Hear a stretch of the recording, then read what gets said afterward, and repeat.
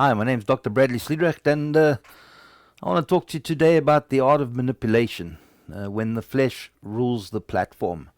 This week I had a competing company try to hijack one of our ads on social media, and I didn't let him get away with it. I responded to his comments and just put the truth back into play, right? Because he tried to manipulate it.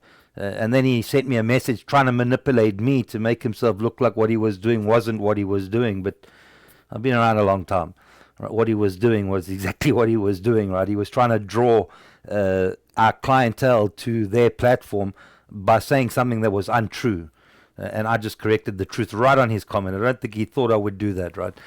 Some of these bigger companies that are threatened by us, they often think that I won't stand up to them. But I stand up to them because I know who's on my side, right? And I know who's not on theirs, especially when they operate the way they operate, some of them, right? But it got me thinking about the art of manipulation when the flesh rules the platform, right? So there's an art that's quietly mastered in the church today, and art that doesn't paint with truth, but with emotion. And it is the art of manipulation. And stick with me, this might be a 10-minute teaching here, but if you don't see this, you'll just be manipulated ongoingly until one day you die. That's social media today. That's what it's designed to do, right? It's to herd everybody the direction that whoever's in power wants to go. And just because you're North America, don't suddenly think Trump, right? The world's a much bigger place than North America. But anyway, sadly, some of the ones who use it most effectively are Christian leaders, and many of them don't even realize they're doing it. Not because they're evil, but because their flesh has never been fully submitted to God, right? So Romans 8 verse 7 says, the mind governed by the flesh is hostile to God. It does not submit to God's law, nor can it do so. So when the flesh leads, even ministry becomes a performance instead of obedience, right? So what manipulation looks like in the church, manipulation in the church, it doesn't always come wrapped in lies, right? It often comes wrapped in scripture, taken out of context. It sounds biblical, it looks spiritual, but it's built on human agenda, not divine truth. It says, give so you can be blessed, instead of give because you already are blessed, right? It says, follow me instead of follow Christ. It says, defend the movement instead of preach the message. That's a big one right now, right? Defend the movement instead of preach the message. The difference is subtle, but that's how manipulation works. It shifts the focus from Christ to control, right? The root of the problem is a flesh-driven mindset, right? Many don't even recognize it because their worldview, not the word, shapes their theology. Instead of filtering their worldview through Scripture, they filter Scripture through their worldview. And once that happens, truth becomes negotiable. They interpret world events through political lenses. They interpret spiritual issues through emotional lenses. They interpret Scripture through cultural lenses. And what's the result? Well, it's a generation of believers who feel deeply, right, but discern poorly. So 1 Corinthians 2:14 says, the person without the Spirit does not accept the things that come from the Spirit of God, but consider them foolish, right? So when the flesh rules, discernment dies. And many of these people think they're actually being led by the Spirit. And I mean, the devil's even manipulating them, right? We always need to filter everything through the Word, not filter the Word through everything we're experiencing.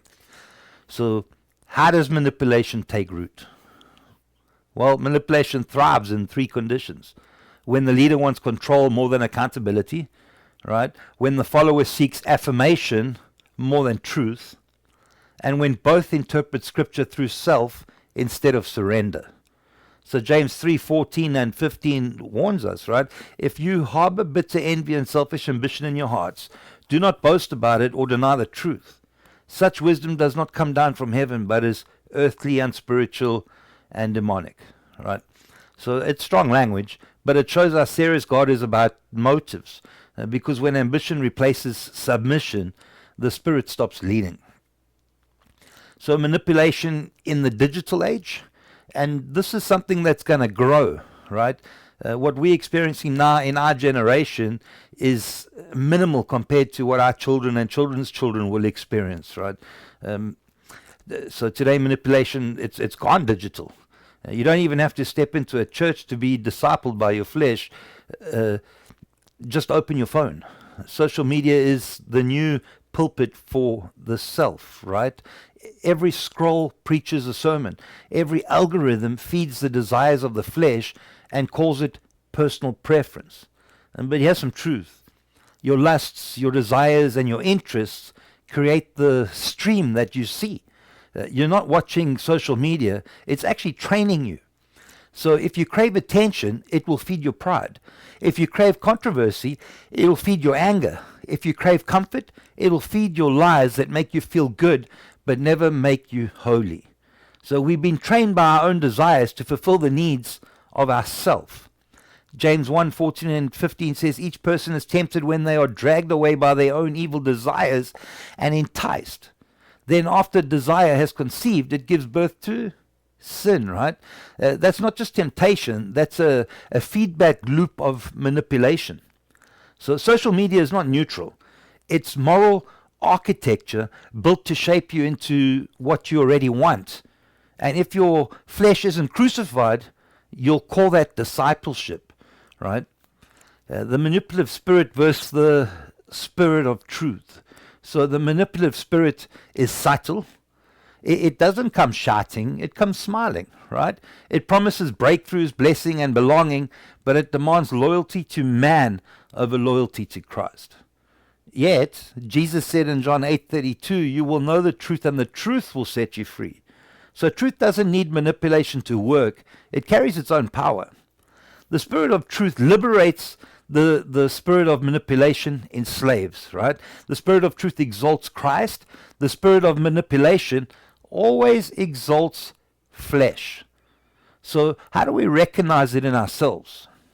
Because before we point at platforms and pulpits, we need to check our own hearts, right? Every believer must ask, do I influence people towards Christ or towards self or even towards myself, right? It's easy to call manipulation leadership, but leadership that draws people to dependence on you, right, not Christ, is flesh disguised as faith. So we see this right now in political figures in the globe, right? Calling people to dependence on themselves, right, and not on Christ, right? And we have examples of that in the scripture. Actually, there was one king that didn't make it because of that, right? So we need to crucify the flesh daily.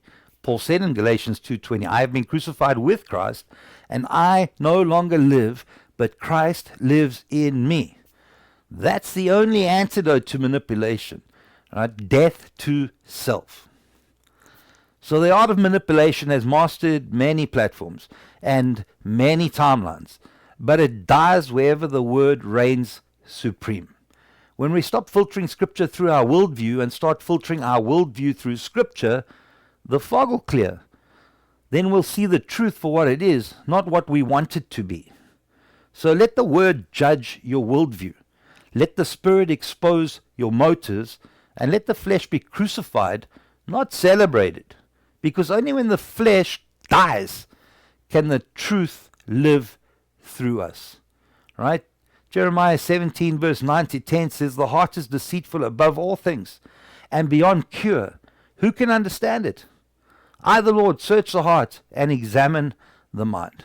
So may God find in us hearts that are pure, motives that are clean, and messages that glorify Christ alone. So my name's Dr. Bradley Sliedrecht. No hype, no headlines, just scripture. And this has been my podcast, Bible Truths in a Minute. I hope to see you in the next video.